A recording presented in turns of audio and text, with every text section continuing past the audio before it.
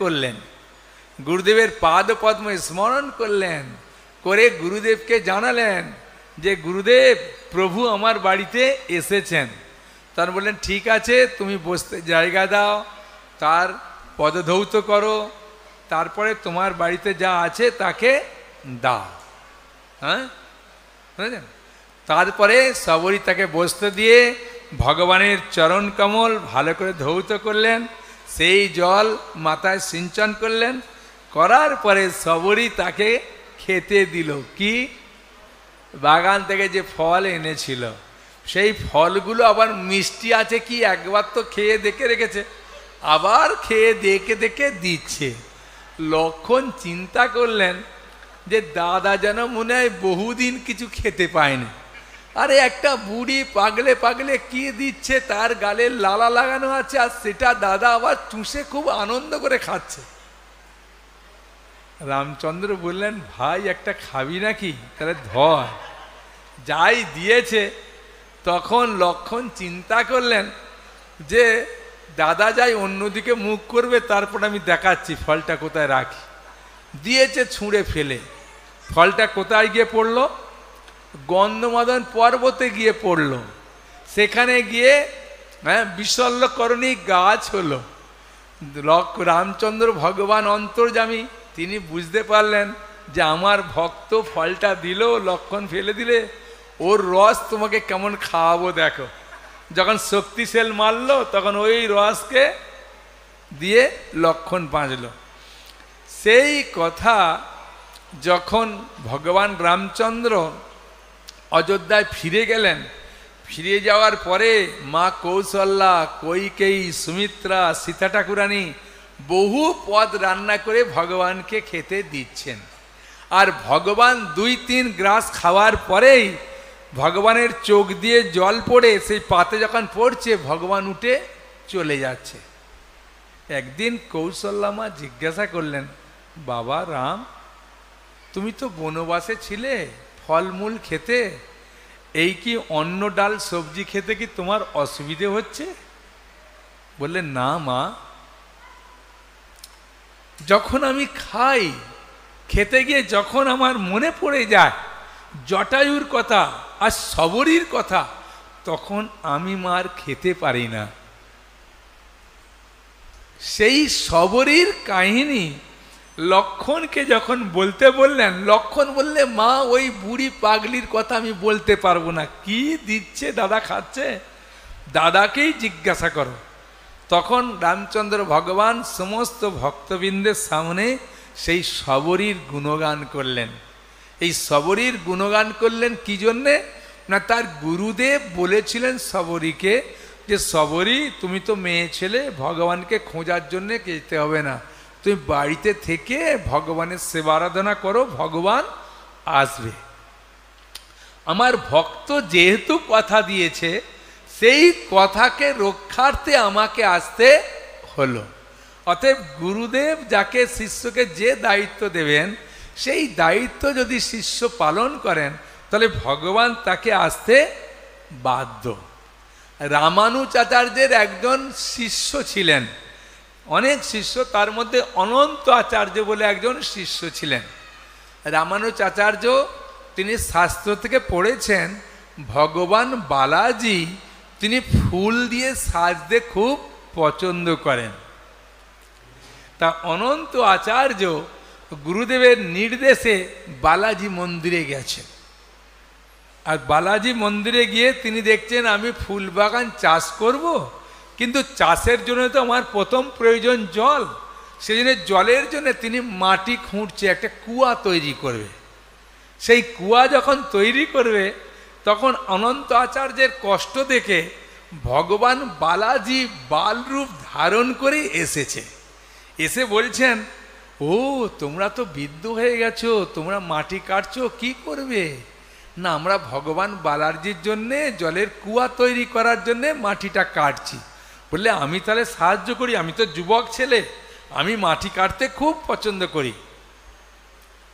অনন্ত আচার্য বললে, এই তুই এখান থেকে চলে যা। বলে কেন? বলে আমার গুরুদেব নির্দেশ দিয়েছে এখানে ফুল বাগান তৈরি করবি, মাটি কেটে মানে কুয়া তৈরি করবি, সেই কুয়ার জল দিয়ে তৈরি করবি, সাহায্য করতে বলেনি কাকু, যা। তখন বললে আমি এলাম সাহায্য করার জন্য, দেবে না সুযোগ? বললেন না। তখন অনন্ত আচার্য মাটি কাটছে আর তার স্ত্রীর মাথায় তুলে দিচ্ছে, ওই মাটিটা ও স্ত্রী অন্য জায়গায় গিয়ে ফেলছে। একটা বাঁকার মোড় আছে, সেই বাঁক মোড় থেকে গিয়ে মাটিটা ফেলছে। বাচ্চাটা গিয়ে বলছে, মাতাজি আপনার তো পেটে সন্তান আছে, আর আপনার এই ঝুড়ি নিতে খুব কষ্ট হচ্ছে, আমি যুবক ছেলে, তাই আমার মাথায় তুলে দাও আর আমি ফেলে দিয়ে আসবো। বললে না, আমার স্বামী যদি জানতে পারে তাহলে আমাকে খুব আঘাত করবে, কষ্ট দেবে, আমি বাবা দেব না। বললে তোমার স্বামী কি করে দেখবে? আমি তো এই আড়ালটাতে নেব, বাঁকের মোড়ে যে বাঁকটা আছে ওইখানে নেব, নিয়ে মাটিটা ফেলে তোমাকে আমি বাঁকের মোড়েই ঠিক ঝুড়িটা দেব, আর তুমি আস্তে আস্তে ঝুড়িটা নিয়ে যাবে।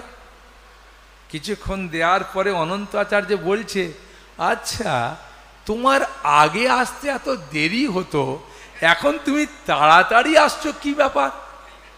বললে একটা ছেলে আমাকে বলল সাহায্য করব, সে দাও না দাও না মাতাজি বলে খুব অনুরোধ করলো, সেই জন্য আমি তাকে দিলাম।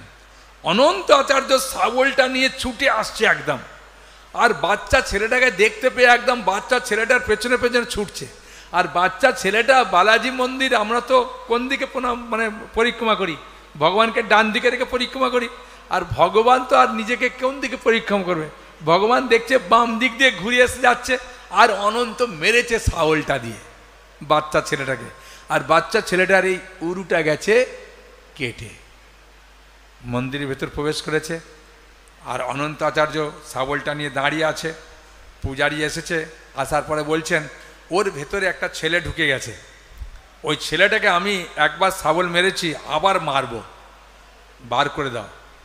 পূজারি বলছে দরজা তো চাবি দেওয়া, কে ঢুকতে পারে? বলছে না, ঢুকেছে, আমি নিজের চোখে দেখেছি। ভগবান যখন পূজারি তা খুললেন দরজা, খুলে দেখছেন ভগবান বালাজির এই থুতনি থেকে রক্ত পড়ছে। সেই রক্ত দেখে পূজারি বললেন আপনি কি করলেন? বললে আমি তো বললাম ছেলেটাকে বারণ করলাম, ছেলেটা গেল কেন? দোষ আমার নয়, ঠিক আছে আমি এখনই লতা পাতা নিয়ে এসে আমি দিচ্ছি, ভালো হয়ে যাবে। ভগবান পূজারীকে বলছেন, পূজারী অনন্ত আচার্য যে মেরেছে ও আমার স্মৃতি থাকবে, তুমি এই লতা পাতা জড়িপটি দিলে আমার এই রক্ত পড়বে, মানে নিষেধ, মানে বন্ধ হবে না। তুমি আমাকে একটু কর্পূর লাগিয়ে দাও, কর্পূর লাগালে আমার ভালো হয়ে যাবে। আর প্রতিদিন সকালবেলা তুমি আমার যখন আমাকে স্নান করাবে, স্নান করানোর পরে যদি কর্পূরটা না লাগাবে কিন্তু রক্ত ঝরবে। সেই জন্য বালাজি মন্দির যখনই আপনারা দর্শন করবেন, বালাজি বিগ্রহ যখনই দর্শন করবেন, দেখবেন এই জায়গাটা খুব সুন্দর চকচক করছে, ওই চকচকটা হচ্ছে কর্পূর লাগানো, অনন্ত আচার্যের শাবলের দাগ। ভগবান তার গুরুদেবের কথা রক্ষার্থে এসেছে। একবার অনন্ত আচার্যের স্ত্রী, সে খুব সুন্দর সুন্দর, ফুলটা যদি ফুটে যায় গন্ধটা চলে যায়, আর ফুলটা যদি হাফ ফোটে গন্ধটা থাকে। তাই অনন্ত আচার্যের স্ত্রী ফুল তুলে নিয়ে আসছে, অনন্ত আচার্য খুব সুন্দরভাবে মালা গাঁথছে। ভগবান বললেন, পূজারী শোনো, তুমি এই মুটুক টুটুক পড়ানোর পরে যখন মালাটা পড়াও তখন আমার এই মুটুকগুলো খোলো তো, আমার খুব লাগে। তুমি এক কাজ করো, মালাটা আগে পরিয়ে দাও, দিয়ে মুটুকটা লাগাবে। বললে প্রভু কি করব? অনন্তকে বলি মালাটা তাড়াতাড়ি দাও। অনন্ত বলে আমার ফুলের সংখ্যা হয়নি, মালাটা বড় হয়নি, আমি দেব না, পুরা হলে দেব। তোমার ভগবান কি বলছে জানি না, পুরা হলে দেব। আমি কি করব? বলছে তুই গিয়ে অনন্তকে গিয়ে বল, অনন্ত তোর মালা ভগবান বলেছে কখনো পড়বো না, যা তুই কখনো ভগবানকে মালা দিবি না। বলে ঠিক আছে, আমি মালাটা পুরা গেঁথে নিয়ে যাই, দেখি ভগবানের কোন সাহসে আমাকে বলে দেখি। পূজারি বলছে ভাই ভগবান আমাকে বললো, তোমাকে বললাম, তুমি আবার তর্ক করছো। বলছে হ্যাঁ, আমি তর্ক করব না। বলে পুরা মালাটা করলেন, খুব সুন্দর লকেট করেছেন, করে বলছেন প্রভুকে পড়াও।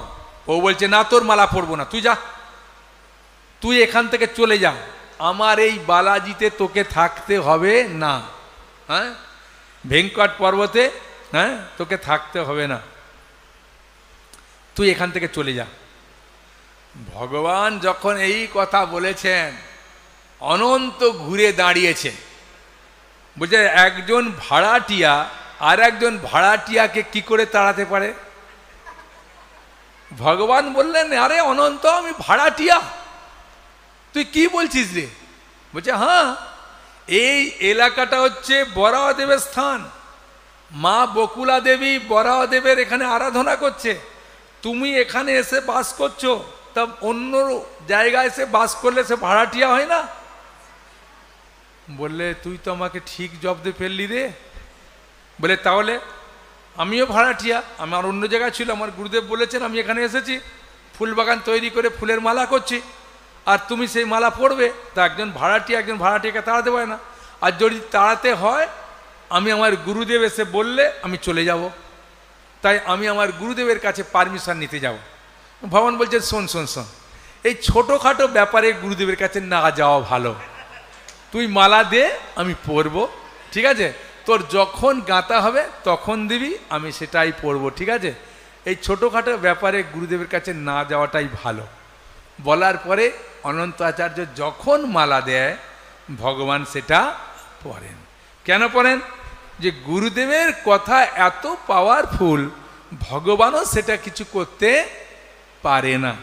ভগবান নিজে শাবলের আঘাত খেলেন, আঘাত খেয়ে তার এই চুঁদনিটা কেটে গেল, কিন্তু তিনি কোনো কিছু বললেন না, কেন গুরুদেবের দ্বারা আদিষ্ট। সেই জন্যে সঞ্জয় বলছেন যে আমি এই যে কৃষ্ণের সমস্ত রূপ বিশ্বরূপ দর্শন করলাম, কৃষ্ণ যা বললেন অর্জুনকে আমি সব কিছু শুনলাম, কার ফলে হলো না? আমার গুরুদেবের কৃপার ফলে হয়েছে। এবং অর্জুন লাস্টে বলছেন গুরুদেব নষ্ট মোহ স্মৃতি তৎপ্রসাদাৎ ময়াচ্যুত, হে কৃষ্ণ আপনার কৃপায় আমি যে মোহগ্রস্ত হয়েছিলাম, সেই মোহ আমার খুব সহজে দূরীভূত হয়ে গেছে। সেই জন্য আমরা যদি গুরুদেবের আশ্রয়ে থাকি, গুরুদেবের আদেশ নির্দেশ মতো যদি আমরা ভগবানের সেবা করি, তাহলে ভগবান আমাদের প্রতি খুব সহজে সন্তুষ্ট হবেন। হ্যাঁ, ভগবান সন্তুষ্ট হয় অন্য কোনো কারণে নয়, যে আপনি কত বড় তপস্যা করছেন, কত কিছু করছেন না। একালব্য সে দ্রোণাচার্যের একটা মাটির মূর্তি তৈরি করলো, তৈরি করে দিয়ে সে কি করলো, গুরুদেবের প্রাণ প্রতিষ্ঠা করে সেখানে গুরুদেবের নির্দেশে তিনি অস্ত্র শিক্ষা লাভ করলেন। সাধারণত মনে হবে ভাই অর্জুনের থেকে তো একালব্য বড় শিষ্য। একালব্য সে মাটির মূর্তি তৈরি করে গুরুদেবের প্রাণ প্রতিষ্ঠা করে সেখান থেকে তিনি শিক্ষা নিচ্ছেন, আর অর্জুন দ্রোণাচার্যের সরাসরি শিক্ষা নিচ্ছে। কিন্তু অসুবিধাটা হলো কি না, গুরুদেবের পারমিশন নেই একালব্যকে শিষ্যত্ব হিসাবে গ্রহণ করা, আর অর্জুনকে শিষ্যত্ব গ্রহণ করার গুরুদেবের পারমিশন আছে। সেই জন্যে একালব্য যদিও তিনি শিক্ষা লাভ করলেন, গুরু দক্ষিণা পেয়ে বুড়ো আঙুল কেটে নিলেন, কিন্তু একালব্যর নাম জগতে তেমনভাবে নাই, যেমন অর্জুনের নাম জগৎবাসী জানে। অর্জুন গুরুদেবের নির্দেশ মতো করেছেন, একালব্য গুরুদেবের নির্দেশ ছাড়া করেছেন। শিবজি কি পান করেছিলেন বলুন, সবাই জানেন, বিষ পান করেছিলেন, হলাহল বিষ। আর রাহু কি পান করেছিলেন? অমৃত পান করেছিলেন। রাহুর গলা কাটা গেল কি জন্যে? যেহেতু পারমিশন নেই, অনুমতি নাই, অমৃত পান করেও গলা কাটা গেল। আর শিবজি বিষ পান করলো, বিষ পান করলে লোকে নিন্দা করে না, তার গুণগান করে না, কি করে? তাকে সবাই তাচ্ছিল্য করে, নিন্দা করে। কিন্তু শিবজি যেহেতু নির্দেশে করেছে ব্রহ্মা থেকে আরম্ভ করে, তাই শিবজির গুণগান সবাই করে। তার নাম হয়ে গেল কি নীলকণ্ঠ। হ্যাঁ, তার গলা কাটা গেল না। তাহলে গুরুদেবের নির্দেশে যদি আমরা ভগবানের সেবা করব, তাহলে ভগবান খুব সহজে সন্তুষ্ট হবেন। আর গুরুদেবের নির্দেশ, বৈষ্ণবের নির্দেশ ছাড়া আমরা কোনো কিছু যখন করব, তখন আমাদের সেটা কার্যকরী হবে না। সেই জন্যে শুধু গুরুদেব নয়, বৈষ্ণব আছে, শিক্ষা গুরু আছে। শিক্ষা জয় নৃসিংহদেব ভগবান কি জয়, প্রহ্লাদ মহারাজ কি জয়। শুধু যে আমাকে দীক্ষা নিয়ে হরিনাম করতে হবে তা নয়। কোনো বৈষ্ণব যদি আপনাকে বলল যে আপনি হরিনাম করুন, আপনি গীতা পড়ুন, হ্যাঁ, এই যে গীতা আমাদের এখন কম দামে দেওয়া হচ্ছে, যদি আপনার গীতা নিয়ে পড়বেন তাহলে বুঝতে পারবেন, কেন বৈষ্ণবের আদেশে যদি পড়বেন তাহলেও একই ফল হবে। সাধু গুরু বৈষ্ণব যেটা বলবেন সেই হিসাবে যদি আমরা চলবো তাহলে আমাদের জীবন সফল হবে। যদি সাধু গুরু বৈষ্ণব ছাড়া আমরা যদি মন গড়া পন্থায় কোনো কিছু করব, তাহলে আমাদের কাজ সফল হবে না। হ্যাঁ, বুঝেছেন? সেই জন্যে বৈষ্ণবের আবেদনে কৃষ্ণ দয়াময়, হ্যাঁ, অন্য কারো আদেশে নয়। একজন মাতাজি, সে রঙ্গনাথে তার দুটো গরু ছিল। একটা গরুর বাচ্চা দিত আর একটা গরুর বাচ্চা পেটে থাকতো। তাই ওর বাড়িতে দুধের অভাব হতো না। দুটো গরু থাকলেও প্রতিবারই সে দুধ পেত। আর সেই সময় দুধ বিক্রি হতো না। তার রঙ্গনাথে ওই মাতাজি, বুড়ি মাতাজি 6 পুয়া করে দুধ দেয়। আর মাতাজিকে পূজারি রোজ পয়সা দেয়। আর পয়সা দিলে মায়েরা কোথায় বেঁধে রাখে? আঁচলে। আর নাতি খাতির করতে করতে আঁচল থেকে খুলে নেয়। সেই জন্যে বুড়ি মাতাজি বলছেন যে বাবা, তুমি আমাকে এই দুধের পয়সা যে দাও, তুমি আমাকে 15 দিন বাদে বাদে দাও। আমি তো বুড়ি মানুষ, হিসাব টিসাব জানি না, তুমি হিসাব করে আমাকে দিও, সেটা আমি একটা ভালো কাজে লাগাবো। বলে ঠিক আছে। তা রামানুজাচার্য একদিন ঘুরতে ঘুরতে ওই মন্দিরে এসেছেন। এসে যখন ভগবানের রঙ্গনাথের পায়েস দিয়েছেন, সেই পায়েস খেয়ে রামানুজাচার্য জিজ্ঞাসা করছেন, এত সুন্দর পায়েস কোথায় তুমি দুধ পাও? বলে একজন বুড়ি মাতাজি, সে কাঁসারের বড় ঘটি আছে, সেই ঘটিতে 6 পোয়া দুধ দেয়, একটুও জল মেশায় না, আর খুব সুন্দর দুধ দেয়। সেই দুধের ভগবান রঙ্গনাথকে পায়েস করে দিই। বলে মাতাজিকে কিছু দাও তো? বলে হ্যাঁ, আগে রোজ দিতাম, এখন বলছে 15 দিন অন্তর দিতে। তা 15 দিন হয়ে গেছে, গুরুদেব আজকে দেব। তখন মাতাজিকে বলছেন, মাতাজি আজকে যাবার সময় পয়সা নিয়ে যাবেন। বললেন ঠিক আছে। ওই মাতাজি অন্য এক ভক্ত মাতাজির কাছ থেকে শুনেছে, যদি বৈষ্ণব কোনো কিছু বলে দেয় সেটা কার্যকরী হয়। সেই কথা শুনে প্রসাদ পেয়ে রামানুজ আচার্যের চরণ দুটি জড়িয়ে ধরেছে। জড়িয়ে ধরে বলছে, আপনি একটা চিঠি লিখে দেন বালাজিকে, আমি যাতে মুক্তি পেতে পারি। রামানুজাচার্য বলছেন, আরে আমি লিখে দিলে কে বলছে মুক্তি দেবে? বলছে না বাবা, তুমি সাধু বাবা, তুমি লিখে দাও, আমি মুক্তি পাবো, আমার টাকা লাগবে না। রামানুজাচার্য দেখছে বুড়ি মানুষ, যতই বলি সে তো কোনো কথা শোনে না। তাই রামানুজাচার্য তার সেবককে বললেন, একটা কাগজ একটা পেন নিয়ে আস। তা এখানে লিখে দিলেন। সেই সময় লিখলেন, হে বালাজি, এই মাতাজি রঙ্গনাথের সেবার জন্যে প্রতিদিন 6 পোয়া করে দুধ দেয়। জয় শ্রী শ্রী রাধা মাধব কি জয়। তাই এই মাতাজি আপনার সেবা করেছে রঙ্গনাথের। যদি ওর কোনো স্বীকৃতি না থাকে, যদি আমার কোনো স্বীকৃতি থাকে, তাহলে এই স্বীকৃতির কৃপায় এই মাতাজিকে মুক্তি প্রদান করুন।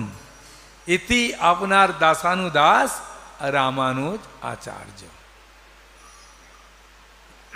মাতাজি ওই চিঠিটা আগেকার দিনে দেখেছো তো, বয়স্ক মাতাজিদের কিছু দিলে সে কাপড়ের গাঁটে একটার পর একটা গাঁট দিয়ে এমনভাবে এখানে রেখে দিয়েছে যাতে হাড়ি আর পড়ে না যায়।